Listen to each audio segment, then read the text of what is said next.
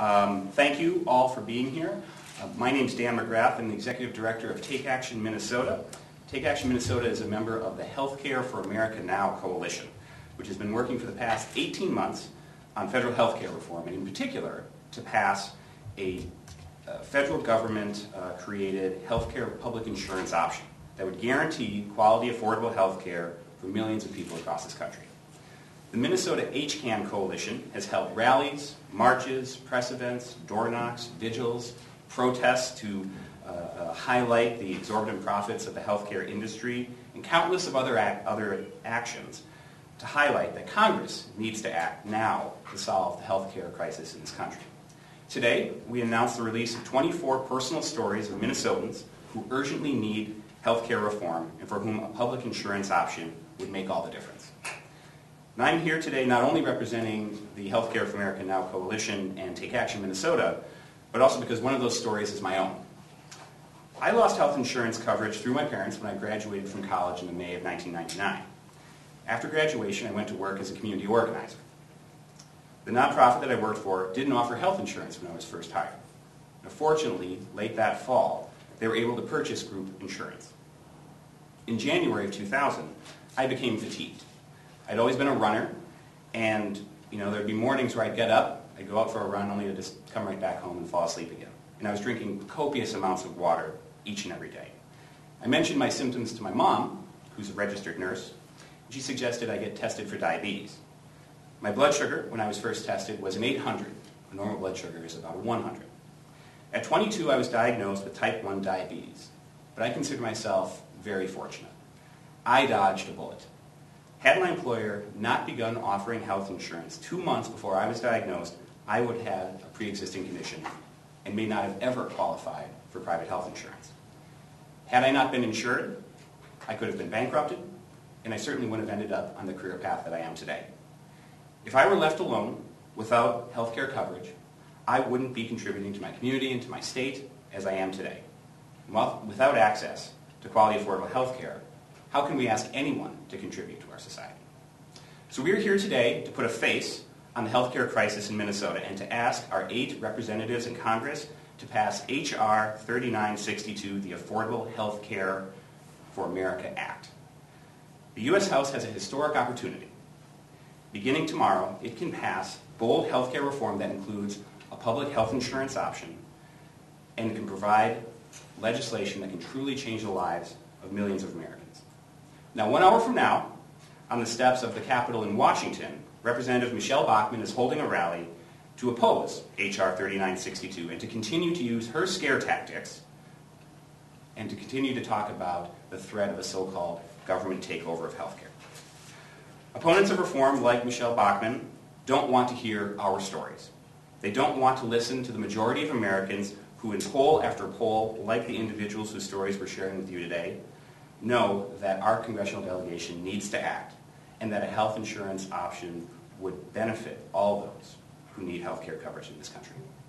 Now, I've shared my story, but there are countless of others who have similar stories, and frankly, there are far too many that have much, much worse outcomes.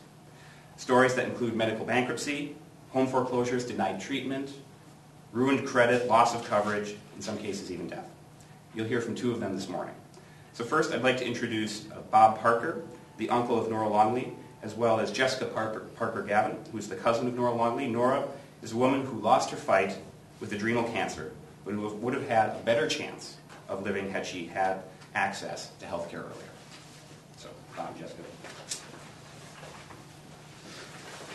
Well, there are millions of stories in America about people who don't have health care, and I think the story of my niece, my goddaughter, is one of the most illustrative of why we need a public option.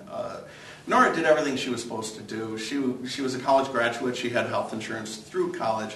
When she graduated, she couldn't be covered with her parents' health insurance anymore.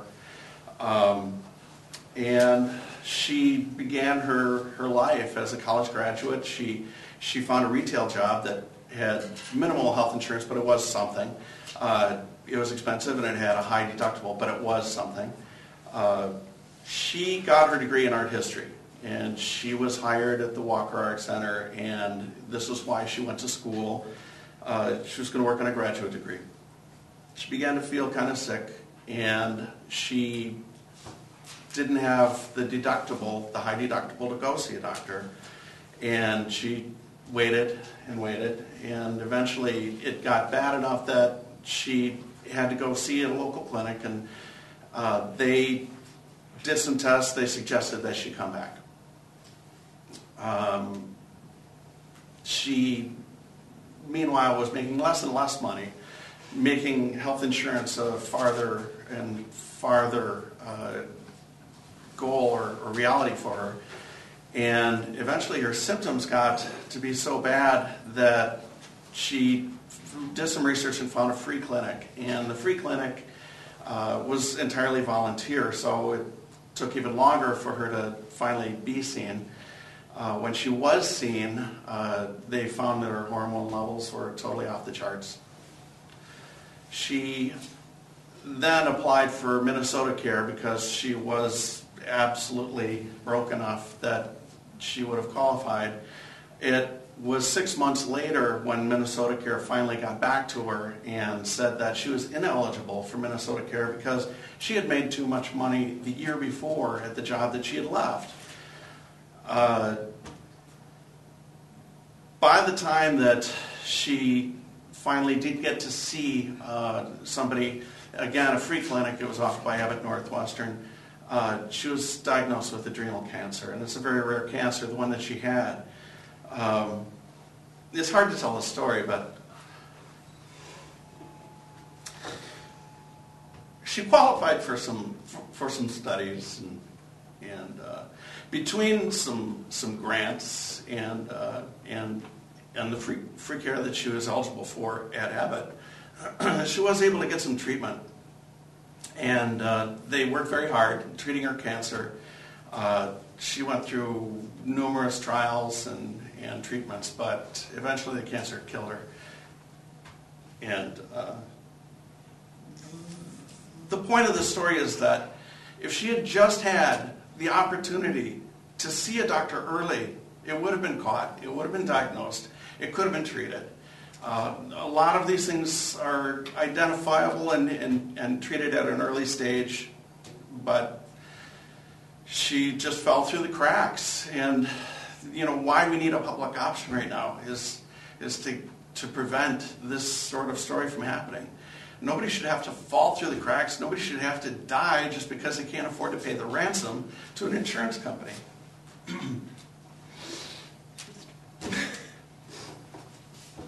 That's all I can say right now.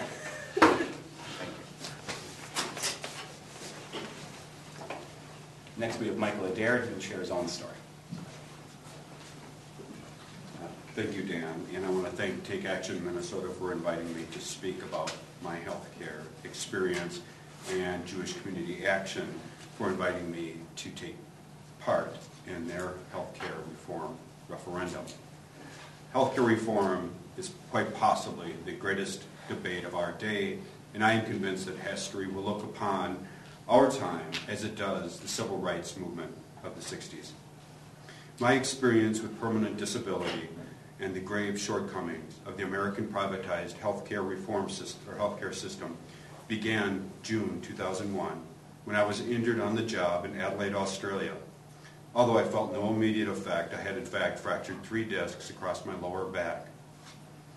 2 days later, I began feeling a constant, disabling pain radiate across my lower back and down my left hip and into my lower leg. It was an injury so grievous that most surgeons simply refused to operate. In the risk analysis, the financial outlay, it seems, far outweighed the potential profitability. I used powerful narcotic medications to cope with the pain and antidepressants to cope with the sorrow. It took me over 4 years to find the physician sufficiently daring enough to perform a 3-level fusion. The surgery was a phenomenal success, and I was able to return to college in September 2006. I'm now pursuing a degree in social justice and international relations because our experience taught me to live with passion and empathy. My family and I once enjoyed the bliss of middle-class prosperity. We owned our own home in a suburb of St. Paul. We had a strong credit rating and we amassed a nest egg for our retirement, but all that is but a haunting memory since our experience with privatized health care robbed us of our innocence. We declared bankruptcy to foreclose, to forced off foreclosure proceedings. Our home was eventually foreclosed upon, and our life savings were vanquished. Today, my family and I persist in the tumultuous froth that gathers at the edge of the giant maelstrom. We now rent the home we once owned, and we can't afford to attend to our own health care because the plan provided by my wife's employer doesn't provide sufficient coverage. The co-payments and deductibles are beyond our financial means. We have become trapped by circumstance beyond human control, and for every 3 steps we now take forward, tide presses us 2 steps back. George Wallace is famous for saying, "Segregation now, segregation tomorrow, segregation forever." But he later recanted his position, saying that he was wrong. Those days are over, and they ought to be over. I would tell those that oppose healthcare reform that a robust and caring healthcare system can only be achieved when it is wholly inclusive and takes into account the concerns and life stories of the individual members who are dependent upon it for their well-being. Healthcare is a human right and should be about the people who are dependent upon it and not those who profit from it. Very shortly, Minnesota Representative Michelle Bachmann will proclaim privatized healthcare now, privatized healthcare tomorrow, privatized healthcare forever. But I would respond by saying the days of privatized healthcare are over, and they ought to be over. Thank you.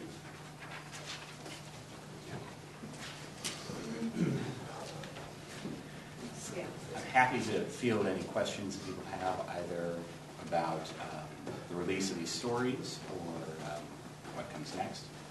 Are there any questions? Do you want to give us an update, Dan, on where the legislation is and Yep. any other activities that are going on to put pressure on Congress? So it looks as though that HR 3962 will come to the floor most likely tomorrow, Friday, or Saturday.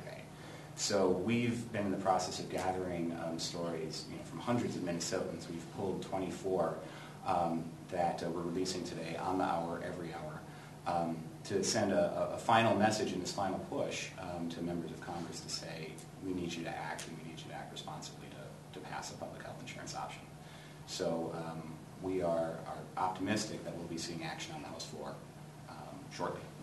And these are going just to Minnesota members of the House? Members of the Minnesota House, that's correct. And their staffs, or just And their staffs as well, that's right. Yep. what time did this start? It started this morning at 6 o'clock.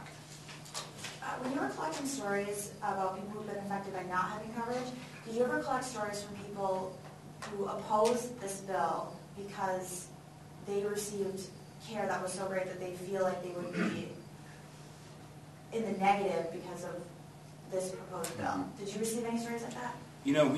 We didn't. We wanted to focus on highlighting the stories. What Bob said is that there are people who fall through the cracks in the current system, and quite honestly, cracks probably is being generous, right? There are giant chasms through which millions of people are falling every day. So we wanted to focus on putting a human face on this. What you're going to hear from Michelle Bachmann later this afternoon is that her defense of the private insurance industry knows no ends, and there's a different story to be told, and that's a human story. So that's what we wanted to do. Have you gotten any response from the emails that have gone out already? And are you expecting to hear anything, or would you like to see some response to it? We haven't heard yet, though it's just been a few hours now. And we certainly hope that members of Congress are going to take notice of the sorts of stories of real Minnesotans across the state that are feeling the pain of the current health insurance system. So, yeah. And then this is a national campaign, correct? That's correct. So we are part of the National Healthcare Foundation. Is this going on in other states, the stories going out every time? It's not. This is a sort of Minnesota-grown project. Okay. Yeah. Other questions? You're sending out 24 stories one every hour from the state alone. Correct. Is that just kind of a little bit, could you actually send out more stories from Minnesota?